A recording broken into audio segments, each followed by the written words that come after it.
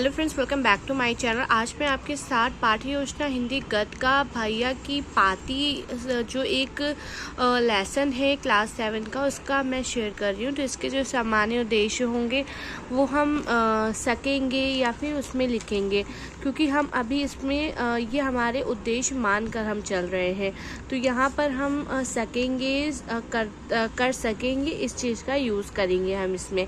जैसे हिंदी भाषा का ज्ञान छात्र प्राप्त कर सकेंगे, हिंदी के प्रति छात्रों की रुचि जागृत हो सकेगी, क्योंकि अभी हमने अभी जो है लागू नहीं किया है, बस ये उद्देश्य हमने बना के रखे हुए हैं।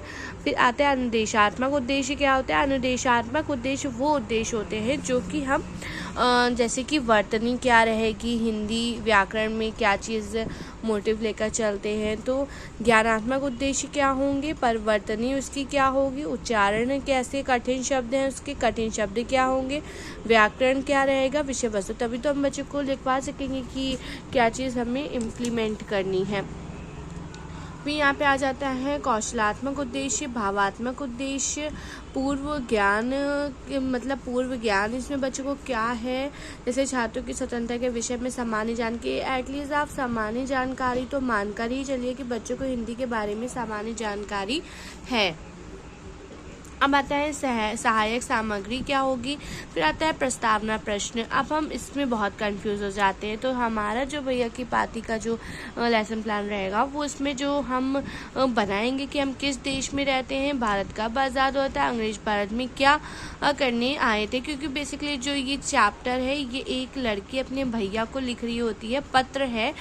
वो उसका भैया जो है सैनिक होता है, तो वो बॉर्डर पे काम कर रहा होता है, तो वो रक्षाबंधन में नहीं आ पाता है। तो इस वजह से इसको जो हम क्वेश्चन से इंडिकेट करेंगे वो हम स्वतंत्रता से रिलेटेड या आज़ाद भारत से रिलेटेड हम पुट अप करेंगे क्वेश्चन से। जैसे हम किस देश में रहते हैं, भारत कब आज़ाद होता है, अंग्रेज भारत क्या करने आए थे, संचार का सबसे पुराना साधन क्या है, जब मोबाइल नहीं हुआ करता था। तो जैसे कि मैंने बताया कि वो पत्र लिख रही है, तो बच्चे बताएंगे। अगर बता पाते तो नहीं बता पाते तो कोई बात नहीं है, आपको ही बताना पड़ेगा। इसमें इम्प्लीमेंट करेंगे और ये कुछ इस तरह से बनेगा।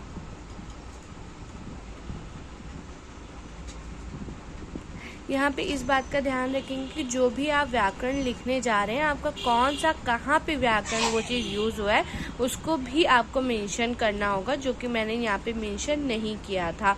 तो यहाँ पे लिखा है पूर्ण वाक्य में लिखो, मतलब वो सेंटेंस लिखना है जहाँ पे संज्ञा सर्वनाम संधि विशेष विशेषण की बात हुई है।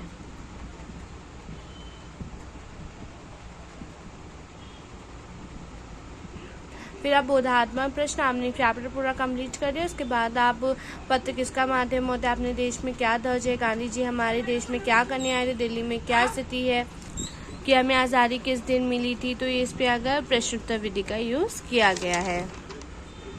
उसके बाद ये आप कुछ इस तरह से उसमें शब्द अर्थ वगैरह लिखेंगे। शाम पट सारांश है ये।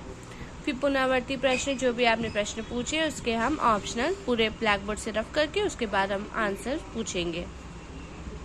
फिर आपको ये होमवर्क लिखकर समापन करना होगा।